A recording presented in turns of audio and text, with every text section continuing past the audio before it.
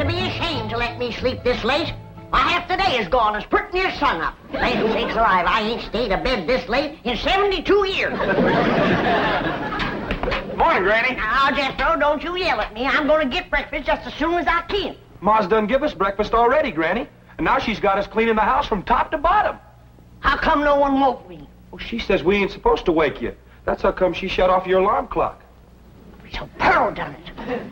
I'm sorry I took it out on you, Clock. Jethro, your ma says bring you this bucket of suds. Oh, morning, Granny. How's your rheumatiz? What rheumatiz? Well, Pearl said you was having some twinges last night. That's how come she put a little Mountain Dew into your squirrel soup. Pearl spiked my soup? Yeah, she figured it would help you to sleep. And you was liking it too, Granny. You kept asking for another slug of soup. Well, that's because I couldn't believe that Pearl could make such good soup. Granny, what are you doing up? Aunt Pearl said I was to give you your breakfast in bed. Beds is for sleeping, not eating. Well, Aunt Pearl said a body had to be waited on and took care of when it gets to be your age. My age? Why, I'm in the prime of life. And you tell your Aunt Pearl that... Never mind, I'll tell her myself. Nah, don't get riled up at Pearl. I reckon she's just trying to be helpful. She's about as helpful as an alligator in a swimming hole. I'd rather be caught twixt a pair of scrapping bobcats than two women trying to run the same house. Granny, I was just fetching this up to your room. Ma figured you'd probably want to sit and rock a spell when you was feeling strong enough to get out of bed. Irene, you take that back outside. And while you're at it, you fetch some flowers for your ma's sick room. Ma ain't sick. She ain't met up with me yet. Where is she? In the kitchen doing the ironing. Ironing? I ain't done the washing yet. Ma done that while you were still in bed. All by herself? Oh, no. She had all of us helping. Ma gets a kick out of running things. She's gonna get a kick that she ain't looking for. I wanna boot her so hard that every time she sets down, she'll leave my footprints. Sakes alive. With all these newfangled gadgets, work around here is just plain. Where you going with that, Jethro? Outside. I told you to take it up to Granny's bedroom. Granny told me to take it outside. You're taking your orders from me and not from Granny. That poor woman is old and tired, and we owe it to her to let her rest. Just hope and pray when I get to be her age that somebody will be looking after me. You can quit hoping and praying. And if you keep messing around my kitchen, you ain't gonna get to be my age. Don't stand there. Do as Granny says. Take it outside. How do you feel, Granny? Did you sleep off the soup? I mean, did the soup help you to sleep? Now, you listen to me, Pearl, and you listen good. When you was a baby and you needed it, I spanked you. And when you was a toddler, I paddled you. And when you was a young'un, I swished you. And I can still do it, Pearl. Besides, the target's a heap much bigger today. Honey, don't be riled. You was looking poorly last night, and I figured you needed a little rest. Honest, you look like the dogs that had you under the porch. You can't scare me with that. I got a head of steam bigger than it has. Gonna make pretty music when you make it shake like this, Uncle Jed? That ain't for playing with, Jethro. You bust that and your ma will tan you good. Mom, I didn't wash the front of the house as high up as I can get. I'll need a ladder to get the whole thing. Pearl get you to wash the whole outside the house? Yes, sir. She said every inch of it. Oh, if she ain't the cleanest woman. Oh, come on, I'll help you. Granny? Granny! You can hurt a body with an iron skillet like that? Oh! Jethro, protect your ma! How can Granny hurt your ma? You said she was too old to get out of bed. I don't know who's too old to get out of bed. She comes. I get it, Mom. Hey, Jethro, that looks like fun. I'll swing you now, but you gotta swing me later.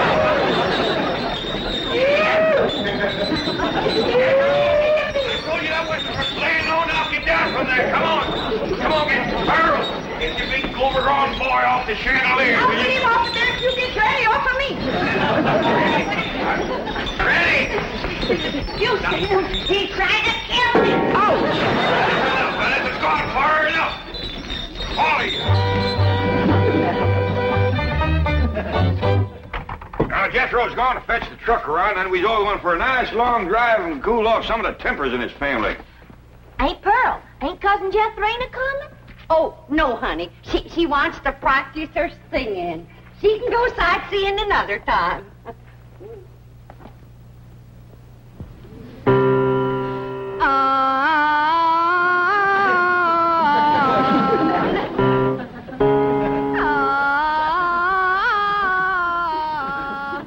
Listen to that. You ought to be ashamed of yourself running off and leaving a child that sick. Irene ain't sick, she's singing. Well, she's singing sick. For your information, my daughter's training for the stage.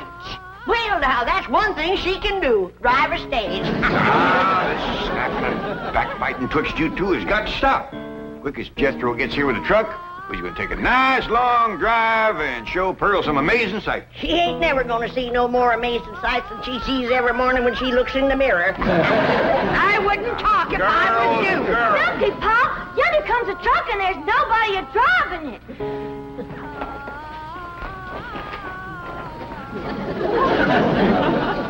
What's the trouble, Jethro? It's out of gas, Uncle Jed. They ain't even enough to get to the filling station. Yeah, I'll tell you what, Elly, you run the house and get Granny's jug. The big one. Ooh, don't tell me that child ain't sick. Nobody makes a noise like that on purpose. You're going to be sorry you said them things when Jethrine commences singing with a big orchestra like Rudy Valley. Ooh, Rudy Valley and his Connecticut Yankees. Did you hear that, Jed? Your traitor cousin Pearl is letting her daughter desert to the Yankees.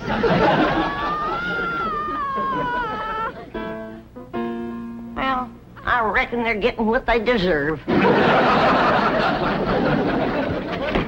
you are, Pa. Thank you, Elly.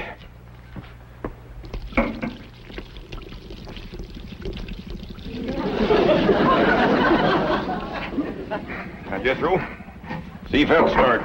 Okay, Uncle Jed. Jethro and me's going to get gas. We'll be right back.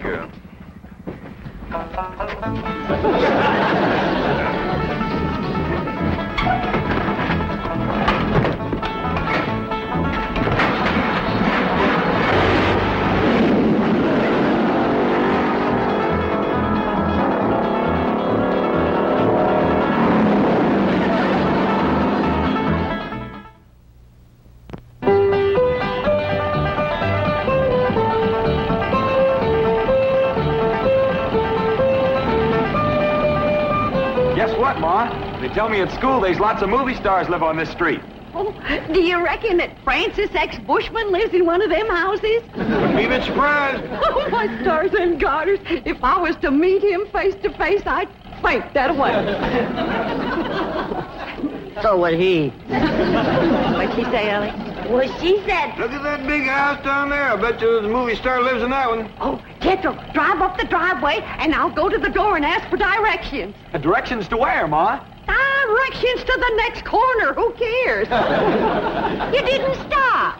I know how to get to the next corner. Now we passed it.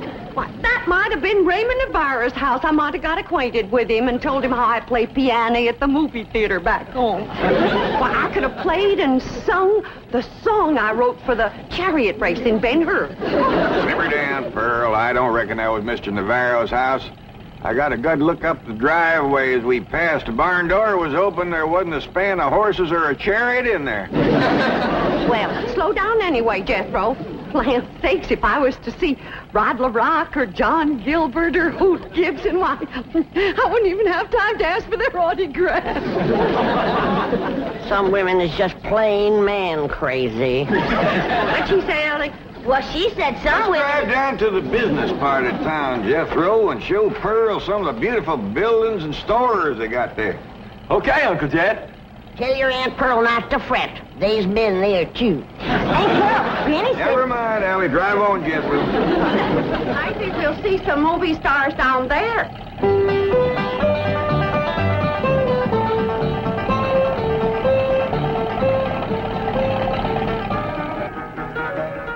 Come in, folks. The movie's about to begin. By the way, the wax figures out front are by courtesy of the Beverly Hills Movie Museum. Ducky, ain't Pearl? There's a movie picture theater up yonder. Yeah. I wonder if they need a right good first-class piano player. Why, do you know one? I have taken Say, all... Pearl, ain't them movie stars out in front of that theater? Stop 'em, my Jethro. I can't believe it. It's Douglas Fairbanks, Rudolph Valentino, and William S. Hart. I have never seen one woman as man crazy and movie star crazy as William S. Hart. Let me off of here. Jethro, drive on before we embarrass them poor fellers. Bill, honey, you're my hero. Yoo-hoo, yoo-hoo.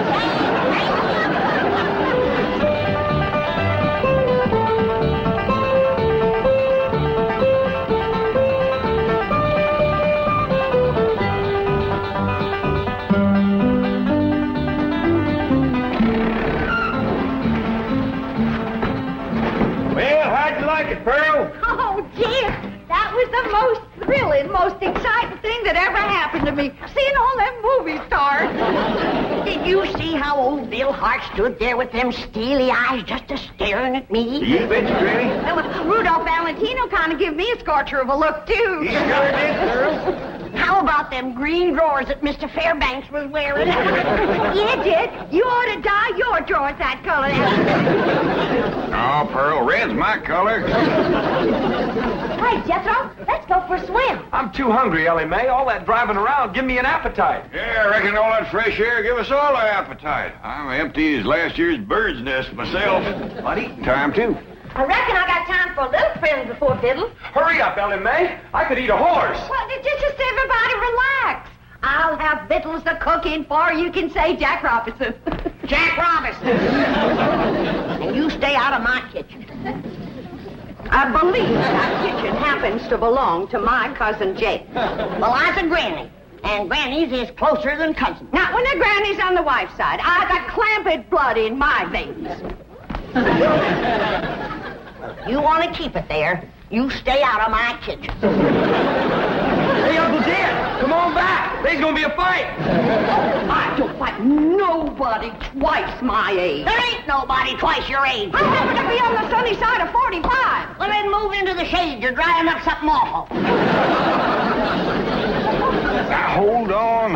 Who's closer related to you, Jed? Her or me? I is, 'cause I's a granny. You're a mother-in-law. A blood cousin.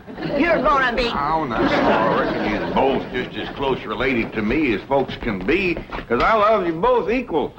And it'd pleasure me if you'd shake hands. And come out fighting. Come on now, shake hands. Granny, you start it off. Come on. Now, shake hands. Come on, Granny, shake hands with Pearl. There you are. Now, Granny, say something nice to Pearl. Go on, say something nice. Pearl? I never did see anything prettier than the weather is today. Now, Granny. Well, that was friendly. Well, say something nice and friendly about Pearl. Don't force her, Jed. Hey, Forstner, she's just trying to think up something extra special nice now, ain't you, Granny? Yeah, and it ain't easy. See? Oh, Pearl. She's always bragging on you. How pretty you are, or what a nice figure you got. I bragged on Pearl's figure. You sure did. You said Pearl got the kind of figure a man likes. Yep. And then I said, too bad a man didn't get it instead of Pearl. I wouldn't talk if I had a figure as bony as you. Now, Pearl. You're built like a sack full of horseshoes. And you're built like a sack full of doorknobs. Now, let me tell you... Uncle Jed, you're breaking up a good fight. Why don't you go out and help your sister Jethro? Well, what's she doing? I don't know. Find out what she's doing and go help her. Ah, you never let me have any fun. I'm asking you just as nice as I know how to stop all this backbiting and bickering. You're both fine-looking women. I'm proud to be kin to you. Why, if folks didn't know, they'd think you was Elly Mae's sisters. Oh, Elly, honey.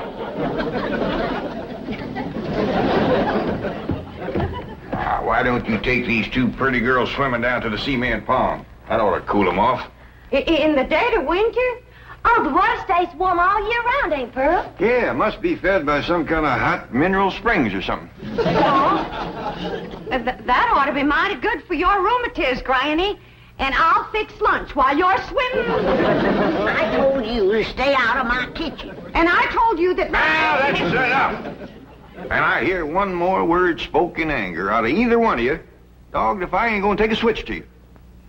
Ain't Pearl? Granny ain't too fond of swimming, but I'd be mighty proud if you'd go with me. Oh, that's a mighty sweet invite, Elly Mae. Earl, did you bring some swimming clothes? Yeah, I did. Well, now, you run along and get into them. But I don't... Come on, put them on. All right, doggies. I bet you Pearl in them swimming clothes has got the figure of a young girl. She better give it back before she stretches it out of shape anymore. I didn't say it in anger. I'm smiling.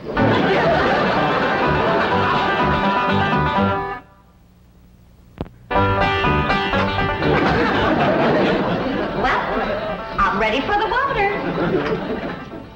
It looks like she's been in it for 6 days. Pearl, you are one of the finest looking women ever to come down out of the hill. And you're extra fetching in your swimming clothes. I made it myself. The ticket, you say? It's all handwork. No. Yep. Every gore and gusset and dart and tuck and ruffling and brick-black, I did it all myself. Doggy, that's mighty pretty, and so are you, Pearl. Granny, did you ever see anything like Pearl in her bathing suit? No, sir, I ain't. Well, come on, I'll show you the pond. Elly Mae and Jethro's down there waiting for you. Cousin Elly, while we was waiting for these ham hocks to thaw out, I'll race you to the fur end of the pond and back. Yo, wait till I get on this swimming cap. Doggone it. I wish I didn't have to wear this. Granny says that pond water's bad on my hair. Well, why don't you cut some of that hair off? Hey, that's a dandy idea. Would you do it for me, Jethro? Well, sure. And I could find something to...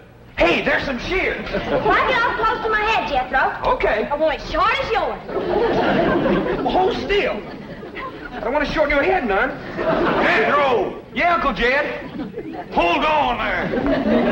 What do you think you're doing? Fixing to cut Ellie's hair. Why get off short, Paul, so as it won't get in my eyes when I swim?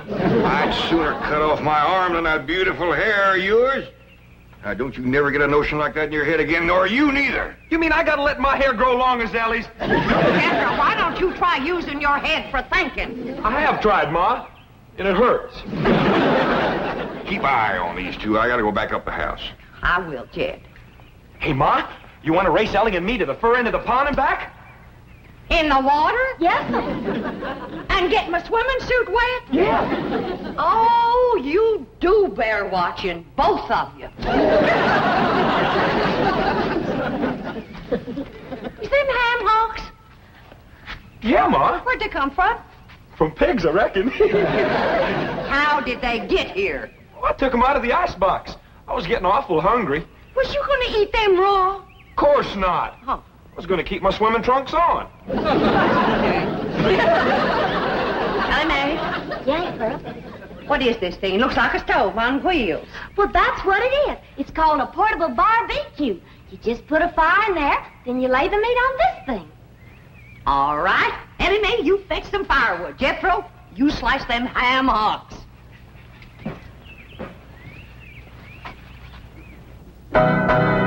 What would you like to hear next, Uncle Jed? Well, can you play Dixie? Why, sure. I sure do like to sing that song. It's right good for dancing, too. Would you do a jig? Well, if the music happens to get down around my feet, I might just cut loose and stomp a spell. Better take my coat off just in case it does.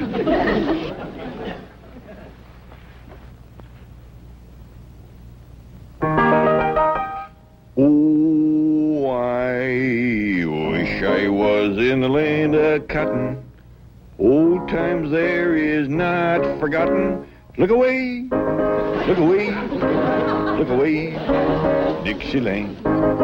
I wish I was in Dixie. Hooray, hooray. In Dixieland I'll take my stand to live Donna and Dixie, away, Away, away, away down south of Dixie. Away, away, away down south in Dixie.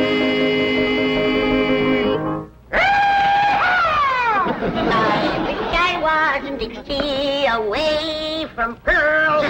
Dixieland, I'll take my stand away from a cousin of Pearl. Away, away, away down south in Dixie. Away, away, away from Pearl and Dixie. Oh, I was Dixie, away from Pearl and old Pearl, and away from Pearl and Dixie.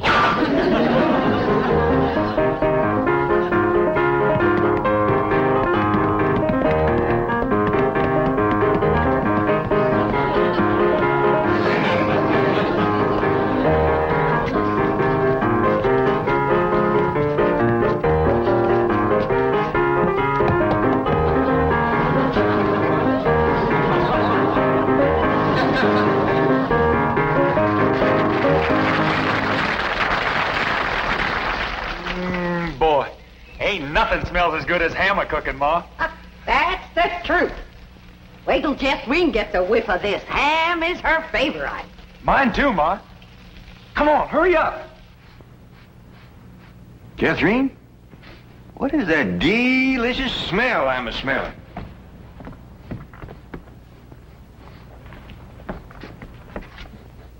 It smells like hammer cooking, Uncle Jed. Well, let's get on down to the cement pond, tell everybody we're going to have ham.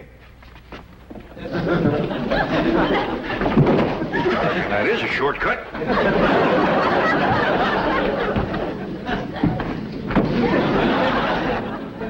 When the family tastes these riddles, they ain't never gonna let Pearl near the kitchen again.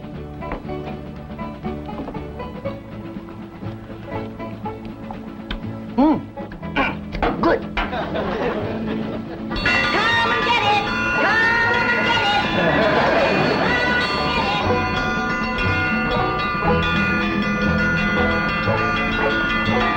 Come on, everybody! Victuals on!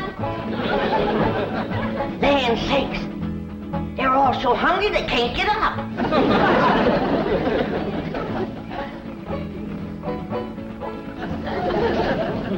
Come on, Jethro, I know you can make it. Oh, please, Granny, we just done eat 5 hams. Dad? Granny, them little hams is the best you ever cooked. I didn't cook no hams. I cooked them, Granny. How'd you get in my kitchen without me seeing you? I cooked them on this here stove with wheels. Ma can cook anywhere. Well, let's see her cook where I'm gonna Don't do it, Granny.